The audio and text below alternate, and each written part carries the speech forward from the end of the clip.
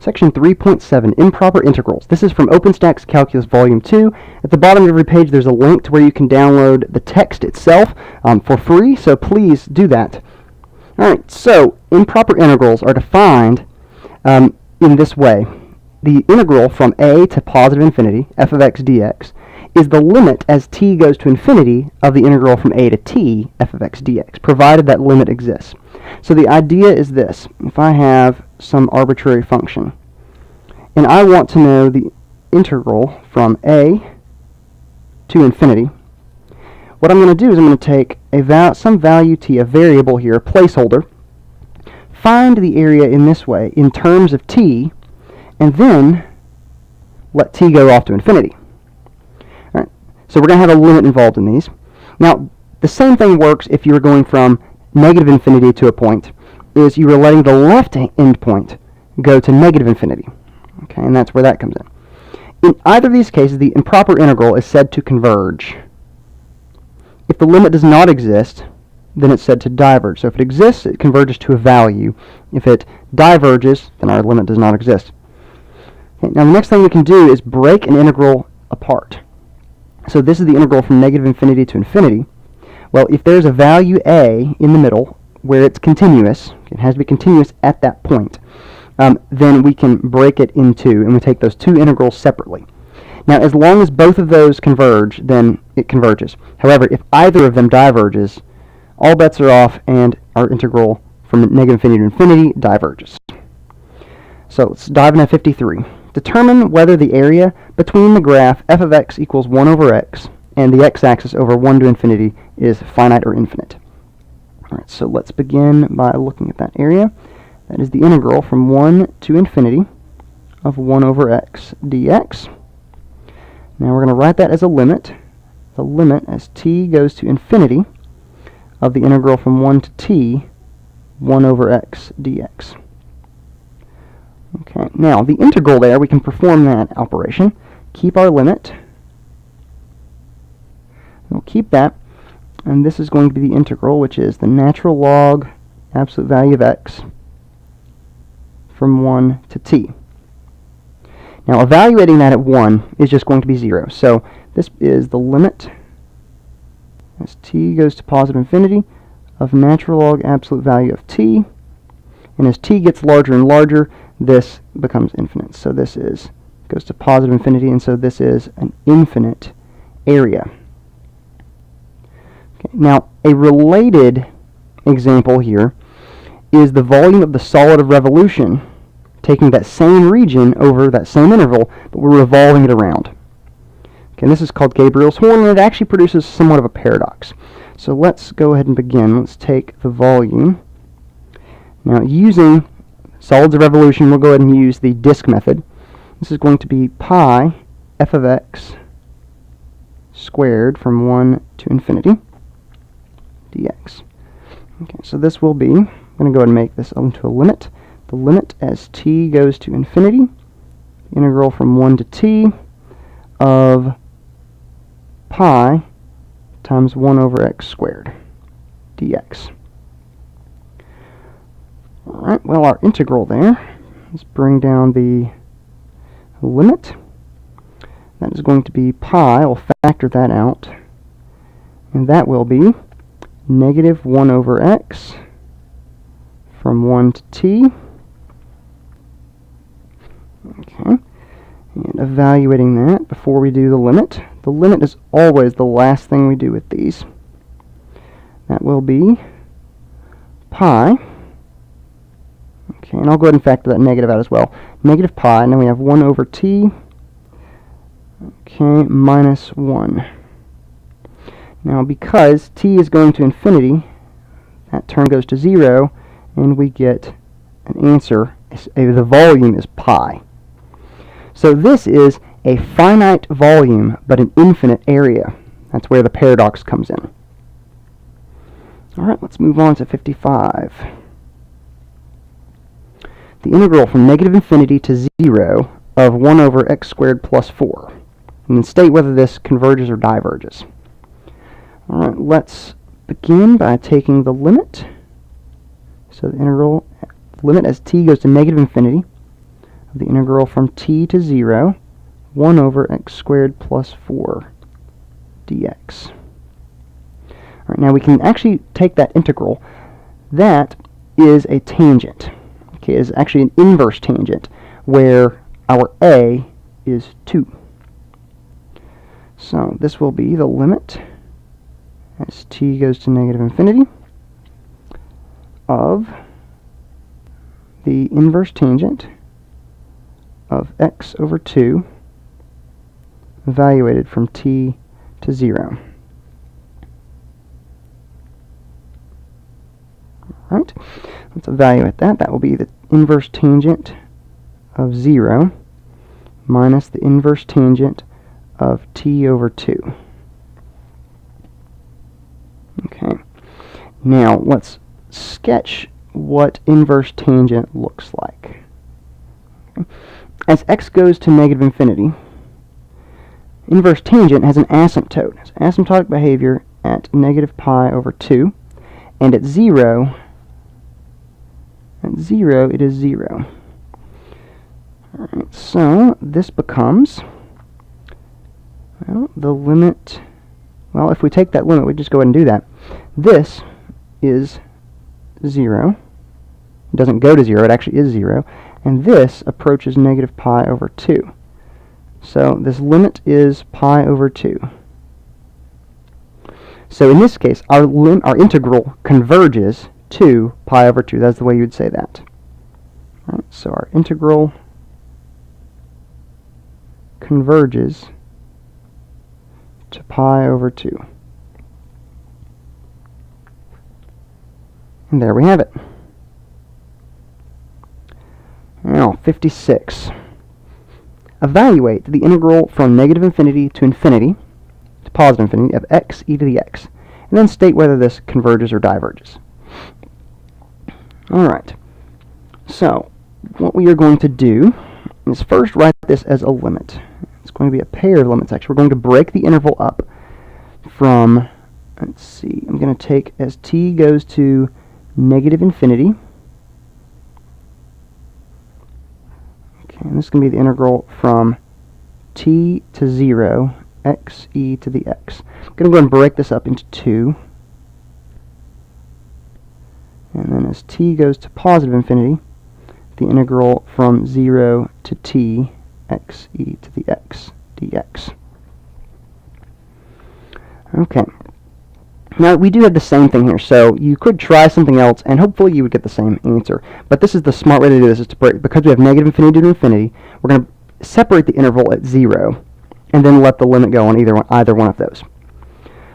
Okay, now, I'm going to do a little bit of scratch work over here to the side. See if I can fit it in here. Just the plain old integral of x e to the x dx. We actually ran into this with integration by parts.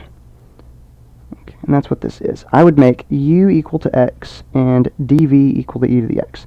The integral of e to the x is e to the x. The derivative of x is 1.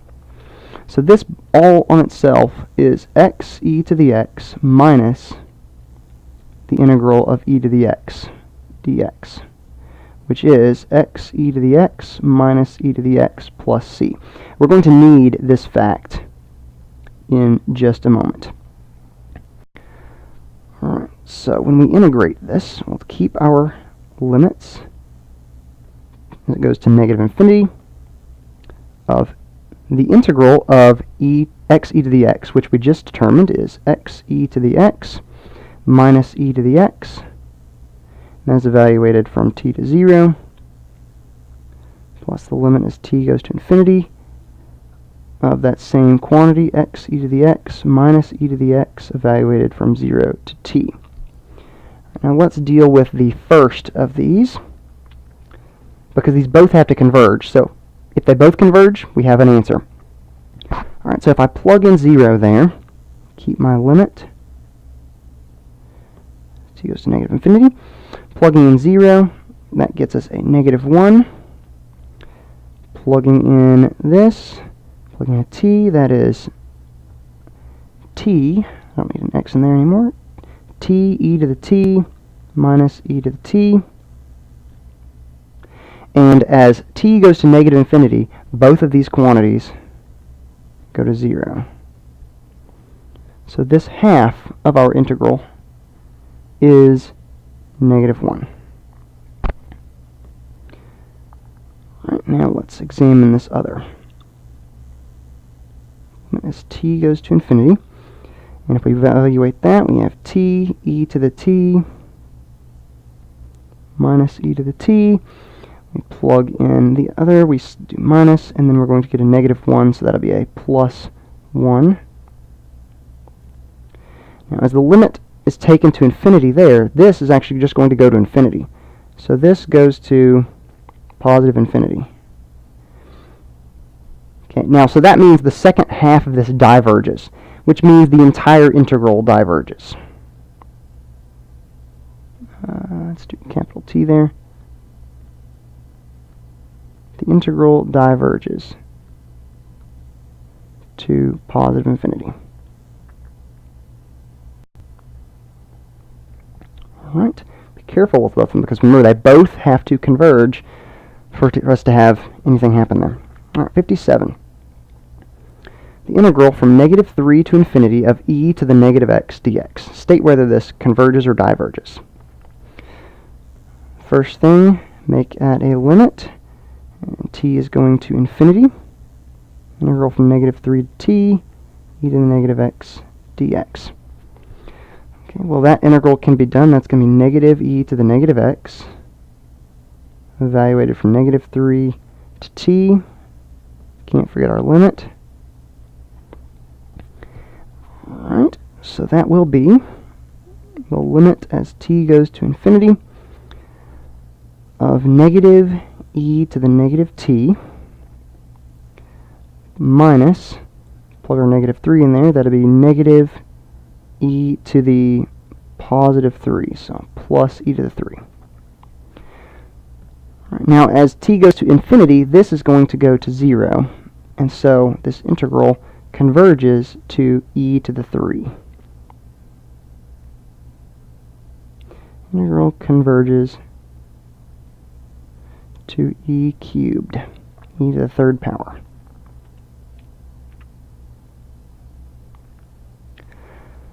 Okay, so up to this point, everything has been continuous on the interval from our endpoint to infinity, or negative infinity to our endpoint, or however, or in the case of this one, to 0, and then from 0 continuing on to infinity from 56. But what if we have a discontinuity? Okay, so the definition we have here is for it being discontinuous. And so what we have to do is we have to deal with limits from the left and limits from the right. So here, if we have something that is discontinuous at this point right here, it's an open endpoint at b, then we have to take the limit as b goes from the left. Okay, the limit as b comes from the left. Whereas if it is discontinuous at a, we are taking the limit from the right of a. Alright, fair enough. So let's keep going. In either one of these cases, just like before, if the integral converges, then that limit exists, or if the limit doesn't exist, then it diverges.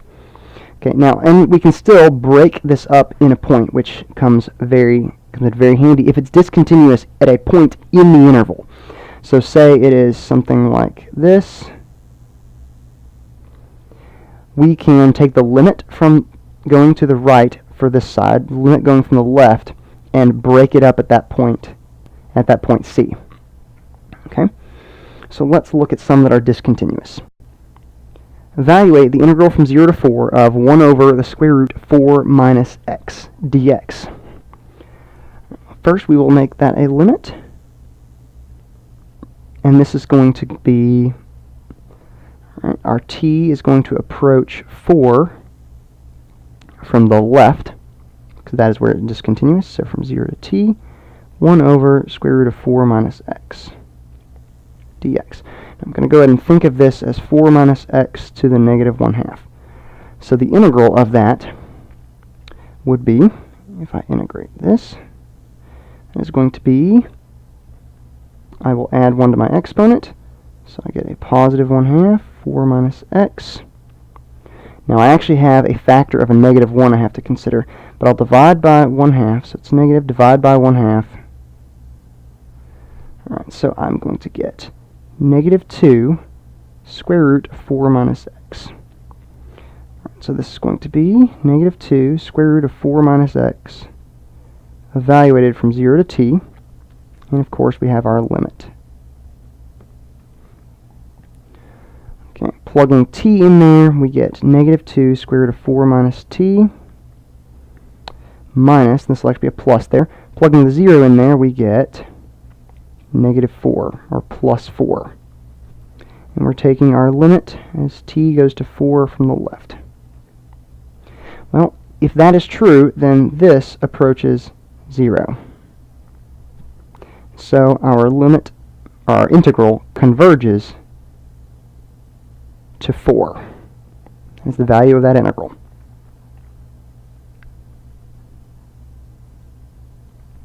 Okay. Next, evaluate 0 to 2 of x ln x. Right, now the problem here is that this is discontinuous at 0 because of the natural log. Its domain is restricted there. So we'll go ahead and make this a limit as t goes to 0 from the left, or from the right rather, because we're going that way. Integral of 0 t to 2 x ln x dx. Okay. Now we are going to need integration by parts here for the x ln x. Remember, this is based on the product rule.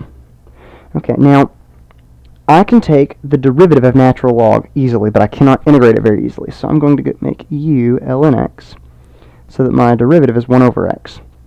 And that leaves x and x squared over 2. So, carrying down my limit, of course, can't forget that. This is going to be equal to, let's bring this down here, x squared over 2 times ln x minus the integral of, that is going to be x over 2 dx. Alright, so integrating that part,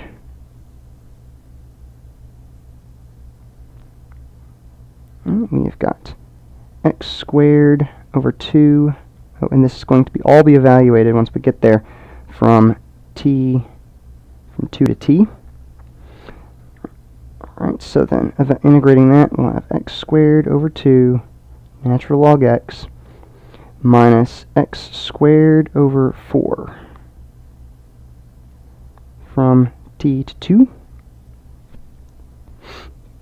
Okay, so that will be the limit as t goes to 0 from the right of is 2 ln 2 minus 1.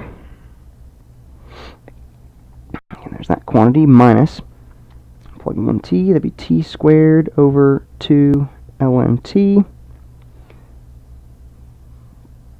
Okay, minus t squared over 4. Okay. Now, there's one part of this we cannot evaluate the limit for. We have an indeterminate form for this right here. So we're actually going to need to use L'Hopital's rule right here. I'm going to bring that off to the side, right down here at the bottom of my page.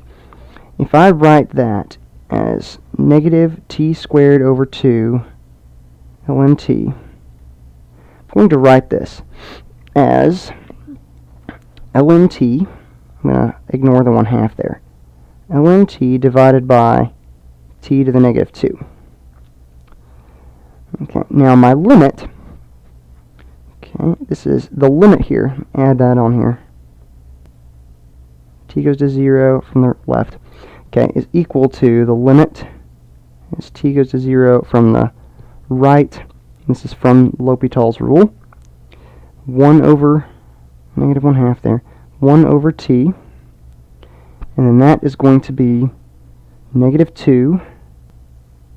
Now if we add 1 to the exponent, or we're taking the derivative, so we go t to the negative 3 divided by negative 3. Okay, so negative 3 there, or negative 1/3, rather. And I'm going to integrate that to make sure. Add 1, divide by negative 2. Actually, no, that's not going to work. There's a good reason to check some of these things. Alright, so that is just going to be negative 2.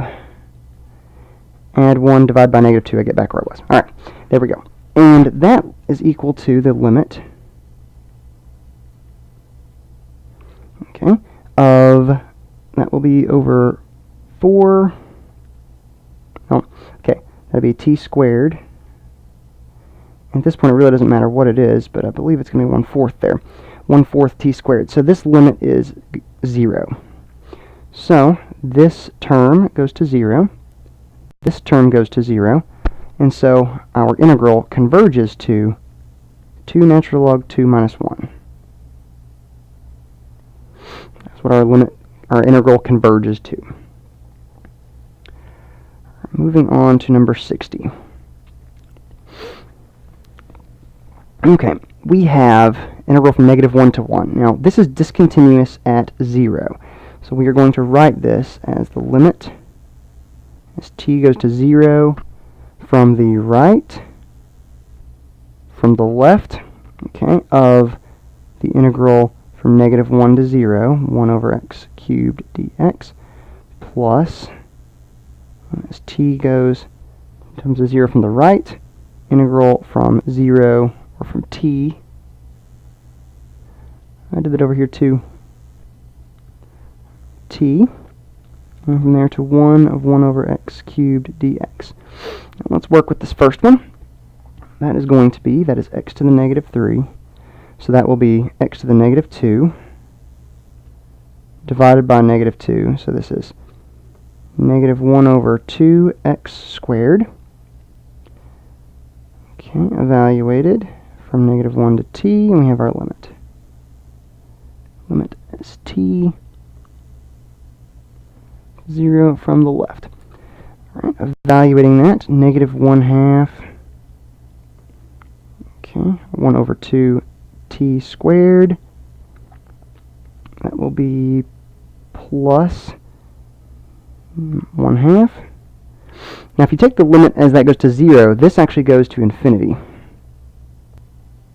This goes to infinity, which actually means that this half diverges. So it does not matter what the rest of it is, because the first half of that diverges. So we don't need to continue. Number 61. Integral from 0 to 2 of 1 over x. Alright, well, that's first going to be the limit as t goes to 0 from the right. Integral from t to 2 of 1 over x dx, which is, limit as t goes to 0 from the right, of the natural log absolute value of x evaluated from t to 2. Keep my limit. Evaluating it on 2, natural log absolute value of 2, which is just going to be 2. I don't need that. Natural log 2 minus natural log of t. Now, as it comes from 0 from the right, this is going to infinity. This is going to negative infinity, actually. Okay, so actually our answer here is going to be that it diverges. This would be positive infinity. So our integral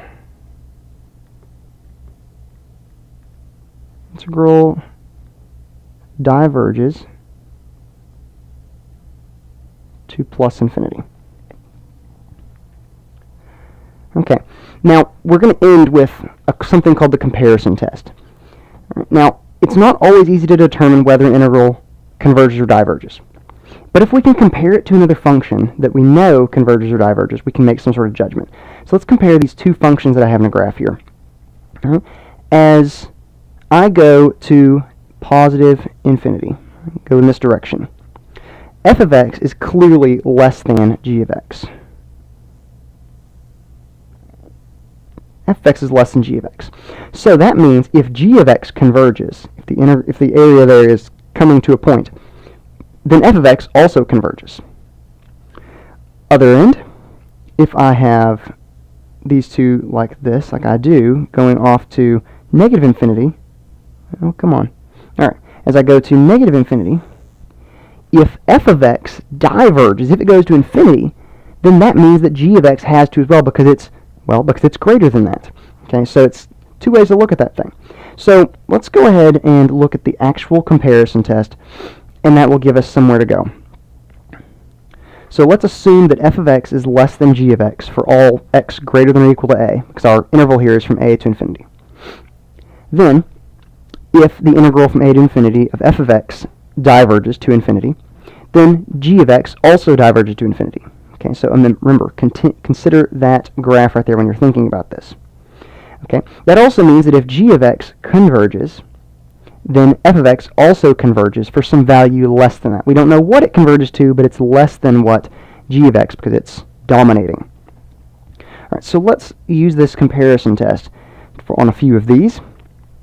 So we have the integral from 1 to infinity of 1 over x e to the x. Okay. Well, I know what happens with e to the x. So I can say that 1 over x e to the x is less than or equal to 1 over e to the x, which is just e to the negative x. Try that by plugging in values of x that are bigger than 1. Okay, this is 4, x greater than or equal to 1. That is always going to be true. Well, let's consider the integral of 1 to infinity of e to the negative x. Well, that is going to be e to the negative x. Okay, so negative e to the negative x evaluated from 1 to infinity. Well, as the limit goes to infinity, this is going to... Okay, as the limit goes to infinity here, I'm going to go ahead and write this way. Okay, this is an abuse here of notation. But as the limit goes to infinity, that is going to 0. When I evaluate at 1, I get plus e. And so this integral,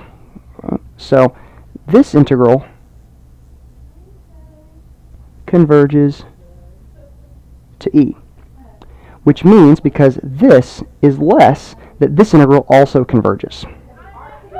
Okay? Now let's move on to number 63. Use the comparison test to show the integral from 1 to infinity of 1 over x to the p dx diverges for p less than 1. Okay, so let's look at this. If I can find some sort of comparison to x to the p. Now here x is, or p is less than 1. P is less than 1. Well, this is going to be greater than or equal to 1 over x. And take some values of x and p and verify that for yourself. Okay? Now, I happen to know that the integral from 1 to infinity of 1 over x dx, I believe we did this one earlier, actually. Let's see. Move to... Okay, number 57. Or it wasn't 57. It was a couple earlier. Let's see. Move down to here. Okay. Number 61. From 1 to x, just going from 0 to 2, diverges. Alright, so we can do all of the taking the limit and all that. But this is going to be plus infinity. Which means, because this diverges, and this function over here is greater than that, then it also has to diverge. Alright, so let me write this down. So this diverges, this equals infinity, so the integral from 1 to positive infinity of 1 over x to the p dx diverges. Alright, next. I believe this is our last one. Use the comparison test to show that this diverges. So that means we need to find some function such that this one is less or is greater than that. We need something that's underneath it that is also divergent. Well, past the value of e, okay, so this is always greater than 1 over x on the interval e to positive infinity. Alright, so we can compare that to the integral of e to infinity of 1 over x dx. Well, this is positive infinity for the same reason we had earlier. So that means the integral from e to infinity of ln x over x dx also diverges. Okay. And that is the end of this section on improper integrals, and actually the end of this chapter. So go back through here, watch things again, make sure you understand what's going on, and, you know, if nothing else, it's a really good idea to go check out OpenStax. They have a lot of good books, more than just calculus, but they have a very good calculus book. All right, that's the end.